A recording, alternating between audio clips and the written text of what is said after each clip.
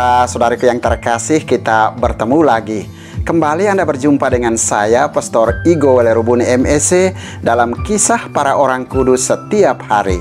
Hari ini tanggal 1 Juni, kita memperingati 5 orang kudus di dalam gereja kita. Orang kudus yang pertama, Santo Justinus, martir. Justinus lahir dari sebuah keluarga kafir di Nablus, Samaria, Asia Kecil pada permulaan abad kedua, kira-kira kurun waktu meninggalnya Santo Yohanes Rasul. Sejak kecil, Justinus mendapat pendidikan yang baik. Kemudian ia tertarik pada pelajaran filsafat untuk memperoleh kepastian tentang makna hidup dan tentang Allah. Suatu ketika ia berjalan-jalan di tepi pantai sambil merenungkan berbagai soal. Ia bertemu dengan satu orang tua. Justinus menanyakan berbagai soal yang sedang direnungkannya kepada orang tua itu. Orang tua itu menerangkan kepadanya segala hal tentang para nabi Israel yang diutus Allah, tentang Yesus Kristus yang diramalkan para nabi, serta tentang agama Kristen. Ia dinasehati agar berdoa kepada Allah, memohon terang surgawi. Di samping filsafat, ia juga belajar kitab suci. Ia kemudian dipermandikan dan menjadi pembela kekristenan yang tersohor. Sesuai kebiasaan pada zaman itu, Justinus pun mengajar di tempat-tempat umum seperti alun-alun kota dengan mengenakan pakaian seorang filsuf. Ia juga menulis berbagai masalah, terutama yang menyangkut pembelaan ajaran iman yang benar. Di sekolahnya di Roma, banyak sekali diadakan perdebatan umum guna membuka hati banyak orang bagi kebenaran iman Kristen. Justinus bangga bahwa ia menjadi seorang Kristen yang saleh dan ia bertekad meluhurkan kekristenan tersebut dengan hidupnya. Dalam bukunya Percakapan dengan Trifon Yahudi, Justinus menulis, "Meskipun kami orang Kristen dibunuh dengan pedang, disalibkan, atau dibuang ke moncong-moncong binatang buas, ataupun disiksa dengan belenggu dan api, kami tidak akan murtad dari iman kami. Sebaliknya, semakin hebat penyiksaan, semakin banyak orang demi nama Yesus bertobat dan menjadi orang saleh." Justinus ditangkap di Roma dan bersama para martir lainnya dihadapkan kepada penguasa Roma. Setelah disesah, kepala mereka dipenggal. Peristiwa itu terjadi pada tahun 165. Justinus dikenal sebagai seorang pembela iman terbesar pada zaman gereja purba. Orang kudus kedua yang juga kita peringati pada tanggal 1 Juni, yakni Santo Simeon, pengaku iman. Simeon menempuh pendidikan di Konstantinopel dan hidup bertapa di tepi sungai Yordan. Pria berdarah Yunani ini kemudian menjadi rahib di biara Bethlehem dan Gunung Sinai.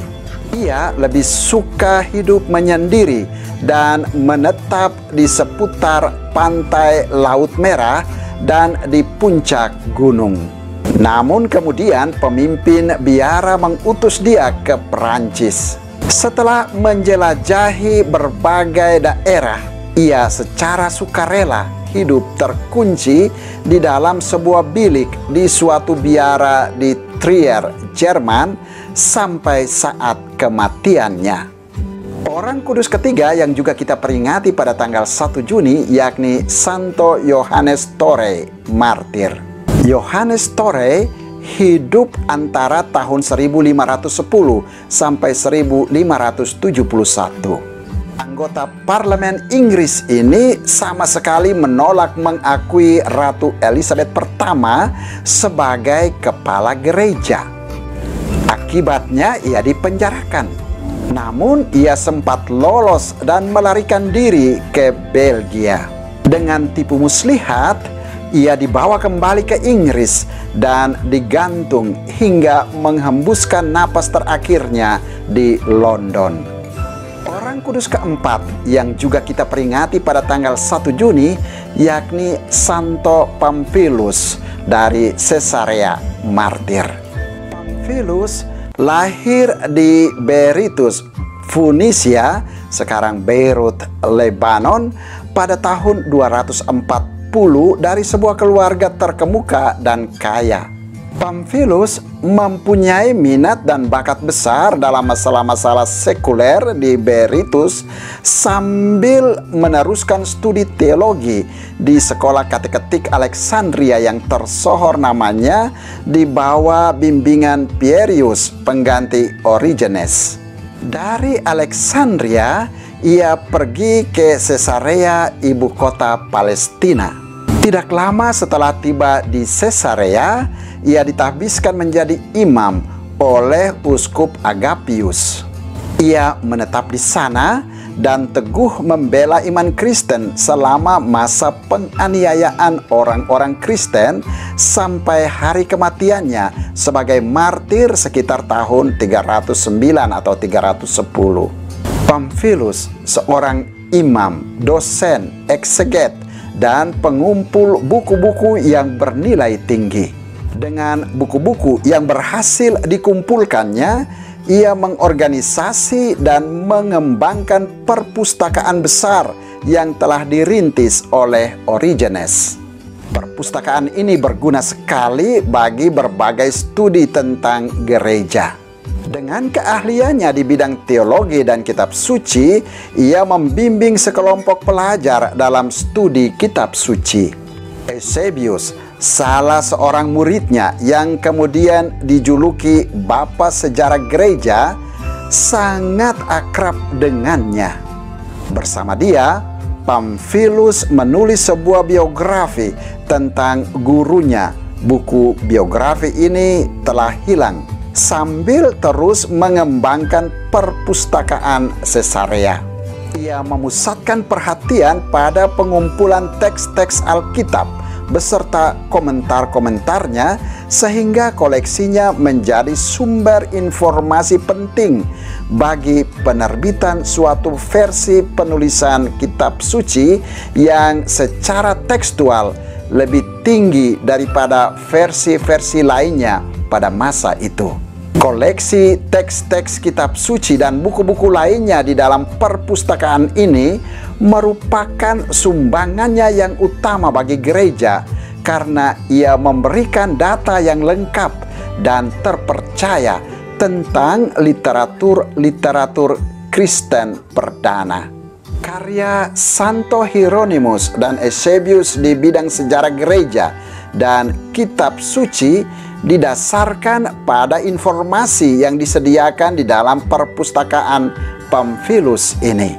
Sayang sekali, perpustakaan ini dan semua buku yang ada di dalamnya dirusak oleh orang-orang Arab pada abad ke-7. Kira-kira antara tahun 307 dan 308, Pamphilus ditangkap, dipenjarakan, dan disiksa karena imannya. Sementara berada di penjara, ia bersama Eusebius yang juga dipenjarakan menulis sebuah apologi untuk membela Origenes. Sebagian fragmen dari tulisan tersebut kini masih ada. Karena ia menolak untuk membawa korban kepada dewa-dewa kafir selama aksi penganiayaan oleh Maximinus Dasa, kepalanya dipenggal antara tahun 309 atau 310. Orang kudus kelima yang juga kita peringati pada tanggal 1 Juni yakni Santo Ahmed martir. Ahmed adalah saudara Al-Mansur, kepala negeri Lerida di Spanyol. Bersama dengan kedua adiknya, Saida dan Soraida, Ahmed bertobat mengikuti Kristus dan dipermandikan menjadi Kristen, masing-masing dengan nama permandian Bernard, Maria, dan Gracia. Setelah menjadi Kristen, ketiga kakak beradik ini berusaha mengkristenkan Al-Mansur, kakak mereka. Akan tetapi tindakan mereka itu justru mengakibatkan kematian mereka sebagai martir. Mereka ditangkap dan diserahkan ke tangan Algojo untuk dibunuh. Saudara, demikianlah kelima orang kudus yang kita peringati pada tanggal 1 Juni, yakni Santo Justinus Martir, Santo Simeon Pengaku Iman, Santo Yohanes Torrey Martir, Santo Pamphilus dari Caesarea Martir, dan Santo Ahmed Martir. Santo Justinus, Santo Simeon, Santo Yohanes Torrey, Santo Pamphilus dari Caesarea, dan Santo Ahmed, doakanlah kami. Tuhan memberkati.